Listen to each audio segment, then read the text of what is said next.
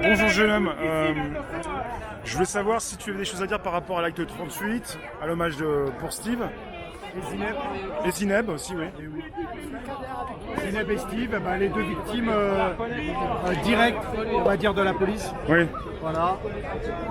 On entendait à plusieurs reprises les chefs du gouvernement, le ministre de l'Intérieur, le président lui-même et le Premier ministre dire comme quoi que les responsables, ça n'a jamais été directement la police. Oui. Là, on sait très bien qu'il y a une vraie implication, cause à effet, qui fait qu'aujourd'hui, ils sont responsables. En tout cas, ils sont un des facteurs qui a causé la mort des deux personnes. Et c'est pas essayer, ça sert à rien d'essayer de nous faire croire qu'ils ne sont pas responsables. Voilà, ils sont responsables. Et ça, c'est a fortiori de légitimer la violence d'État, d'utiliser les forces de l'ordre contre nous et de ne pas répondre depuis des mois sur nos revendications. Et du coup, ils se sont accoutumés à ça. Et à force de le faire, il arrive des drames. Et malheureusement, ça a causé la mort de deux personnes. Et beaucoup de gens, avant d'arriver à ces deux décès, ont été mutilés, seront handicapés à vie. D'autres ont été blessés mais dans le silence par peur de représailles ou de peur d'être identifiés, parce que je connais beaucoup de monde qui n'ont même pas déclaré leurs blessures par des tirs de grenades de désencerclement, de LBD, de coups de matraque. J'ai vu des crânes ouverts, voilà, des fractures, beaucoup de fractures. Donc c'est-à-dire que au lieu de répondre aux citoyens et leur porter assistance, les protéger, préserver les biens de ce pays, ils font tout le contraire. Donc le peuple se révolte, n'est pas d'accord, manifeste au début calmement, et eux, les seules réponses qu'ils donnent, c'est de la répression, qui est de plus en plus accoutumière, qui est légitimée par des ordres, ou aussi parce que peut-être ils n'ont pas les ordres.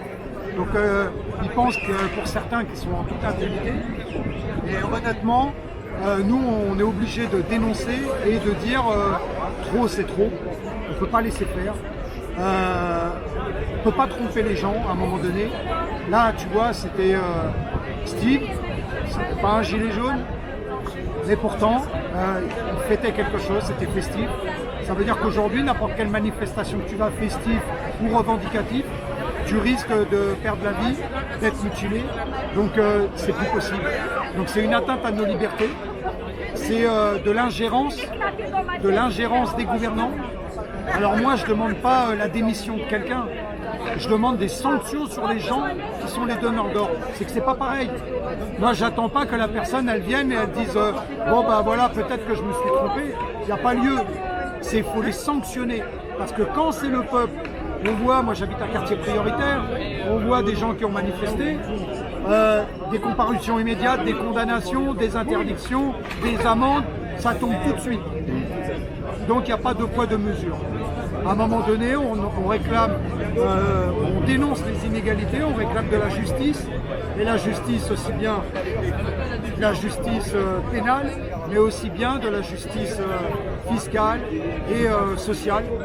Et dans ce pays, on peut voir le fossé qu'il y a entre les gens qui sont d'en haut, qui prennent des décisions pour les autres d'en bas, c'est-à-dire nous, et ils gaspillent ce qu'on a du mal à produire, on a du mal à en vivre même, et aujourd'hui ils ne se soucient même pas des personnes, du bien des personnes, et on est dans la rue depuis 8 mois, ou peut-être bientôt 9 mois, juste pour dénoncer le fait que les gens qui ont été élus, ils doivent prendre soin des citoyens et pas les assouvir, et pas profiter d'eux par rapport au pouvoir légitime qu'ils ont obtenu, même s'ils ne regroupent pas l'ensemble des votes.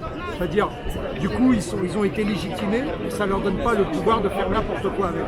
Donc on peut juger une personne à travers ce qu'elle fait, ce qu'elle décide, et on juge un chef à travers les décisions qu'il va prendre, la responsabilité qu'il va appliquer. Et eux, ils rejettent à chaque fois leurs responsabilités sur les autres, et toujours sur les petits. et ils se donnent toujours la légitimité de faire ce qu'ils font. Donc nous on est contre ça et on le dénonce. Et là tu vois il y a eu des signatures qui vont être envoyées pour la famille de Steve. On a mis des bougies pour rendre hommage, on a fait 1 minute de silence et c'est notre participation et notre contribution. Et c'est la manière de dire que voilà, aujourd'hui on est désolé, on sait la peine que la famille elle doit avoir. On s'identifie tous à ce qui leur est arrivé à Zineb et à Steve, parce qu'on sait très bien qu'à tout moment, aujourd'hui, et personne n'en doute que ça peut lui arriver à lui, juste en sortant à une fête, en allant manifester, en dénonçant, en allant dans la rue. Donc il y a un climat d'insécurité, des gens qui normalement doivent prendre soin des gens, qui doivent normalement veiller sur les gens, et c'est pas le cas. La police, normalement, elle est là pour ça. Alors je dis pas ils sont tous mauvais, mais qu'au moins ceux qui sont mauvais, on les écarte. Ceux qui sont mauvais, on les sanctionne. Et ceux qui font des choses répréhensibles, eh ben, il faut les punir. Voilà, c'est tout simple. On ne demande rien d'autre que la justice et l'égalité dans ce pays. Et voilà, on en a marre de subir des inégalités de territoire, des inégalités de personnes, d'origine, de classe sociale, de statut terminé. On veut une impartialité, une égalité, on veut que tout le monde puisse en profiter. Et donc il a pris, lui, cette initiative de faire signer ce drap blanc, qui est un hommage pour Steve, et qui va remettre à la famille. Donc ils verront la compassion, la sensibilité, l'empathie des gens et l'humanisme qu'on veut faire passer devant. Ce que manque aujourd'hui ce gouvernement en ayant laissé pendant 5 semaines, un corps dans l'eau sans avoir réellement cherché à le retrouver. Et on se demande même si c'est pas volontaire. Et tu as aussi ce manifestant, cet homme, ce citoyen qui a perdu son œil pour défendre ses idées et qui aujourd'hui revient depuis le 14 juillet sur les manifestations. Donc tu vois que la répression, ça fait pas fléchir. Voilà, pour lui, on ne peut pas abandonner ce qu'on défend. C'est-à-dire, c'est pas que le fait des gilets jaunes. On défend les citoyens parce que, regarde, c'est un citoyen avant d'être un gilet jaune. Et le gilet jaune, ici, j'ai pu voir, les gens ont répondu présent. Ça regroupe toutes les catégories de croyances sociales, d'âge, des gens qui pensent, ont des idées différentes, mais pourtant qui sont là pour la même cause, c'est-à-dire essayer de se battre pour le bien commun. Et voilà pourquoi on est là. Donc voilà, on est solidaires tous les uns des autres, et c'est bien que tu l'interroges un petit peu et que tu parles avec lui pour son ressenti d'aujourd'hui, parce que lui, il n'a pas perdu la vue. Vous voyez son œil, mais il va vivre avec ça toute sa vie. Voilà. Monsieur Macron, Monsieur Castaner, avec toute sa vie, il va vivre. Merci Mais Fauzi. on va pas vous Monsieur, lâcher. vous voulez dire quelques mots, monsieur? Bonjour. On va bien 2-3. 2-3. Et Et au Go, donc j'ai pris un tir d'LBD le 16 mars. le 16 mars? Sur les Champs-Élysées? Entre le Fouquet et la banque. D'accord. Donc, c'est une journée à oublier, vite fait, on va dire. J'arrive pas à l'oublier. Je suis revenu le 14 juillet, là, ça m'a fait mal au cœur. Mais ça s'est passé, excusez-moi, ça s'est passé comment? Je veux dire, comment ça s'est déroulé? En fait, quand Ouais. le Fouquet, il avait déjà cramé. Ouais. Donc, en fait, je redescendais, j'attendais les amis parce qu'on était montés de 80. Voilà. On était ensemble, tous ensemble. J'attendais des amis et tout. Et du coup, j'étais fatigué avec le gazage parce qu'il était pas bon ce jour-là. Ouais. C'est chaos parce que j'ai vu un moment vers Cachin, je descends les champs en fait, entre le Fouquet et la banque. Je regarderai dans Il y a la une ribambelle de baquets qui arrive, qui se mettent en position. Du coup, je me dis, je vais m'écarter. Je m'écarte, je descends, je marche, j'allume ma cloche, je tourne la tête, je prends le tir de machin à 8 mètres. En tournant la tête, ils étaient derrière. Voilà, c'était en fait juste voilà. sur le côté. Ça, c'est à la chaîne. En fait, voilà, moi je me suis. Heureusement que je tourne la tête, instinct, je sais pas pourquoi. Il y a une personne derrière, elle me dit faites attention parce que si tu tires, regarder ce que dans la ligne de mire. Et au moment où je dis ça, en fait, je tourne la tête. Je le prends, j'ai eu l'arcade éclatée, j'ai eu tout le sang qui coulait. Je me suis accroché à une dague. Les cycloniques sont venus me soigner direct. Je dis encore merci mille fois à eux, ces gens-là qui sont là bénévolement. Et Non, mais je pensais que tu parlais d'ouvriers, il y a très peu d'ouvriers. donc, depuis ce jour-là, ma vie, en fait, elle est gâchée. Elle est gâchée. Quand on voit ma fille pleurer à 14 ans, Je vais regarder choquant. aussi. Quand on voit ma femme, on n'arrive pas à se parler ensemble, mais on va y arriver. Mais c'est une période vraiment dure. Donc, j'ai plus de combat, j'ai plus envie de j'ai plus envie, la joie de vivre en fait elle est perdue. Là je retourne ici manifester, c'est la deuxième fois, mais il fallait que je revienne pour Steve. Et ce qui s'est passé pour Steve, c'est inadmissible. Moi quand j'ai appris ça, j'ai fait devant ma télé, j'ai payé la télé.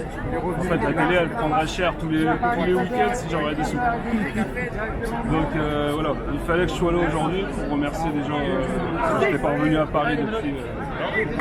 Mon ami Jamel, tout ça, toutes ces personnes qui sont venues voir à l'hôpital pendant les 5 jours. Avec Jérôme, je me suis occupé de Jérôme à l'hôpital Cochin et peu de temps après, encore un éborgné.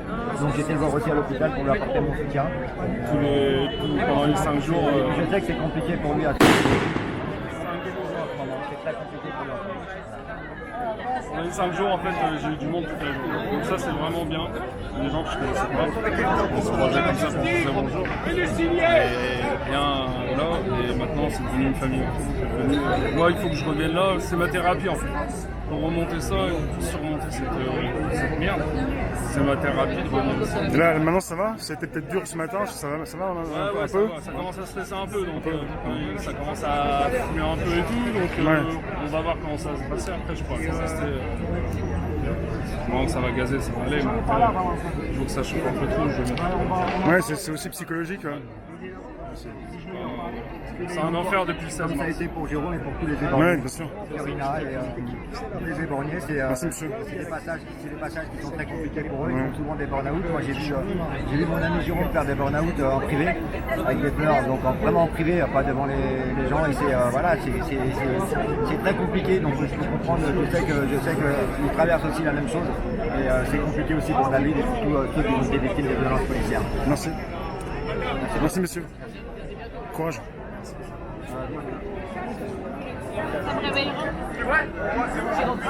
Aujourd'hui, Castaner, assassé, tout ça.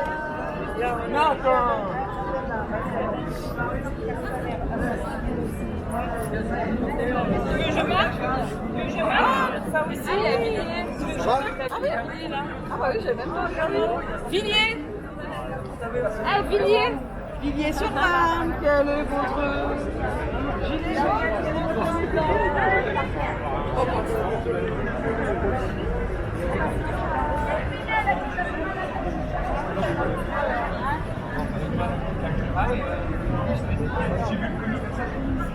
On comprend pas bien. Assassin.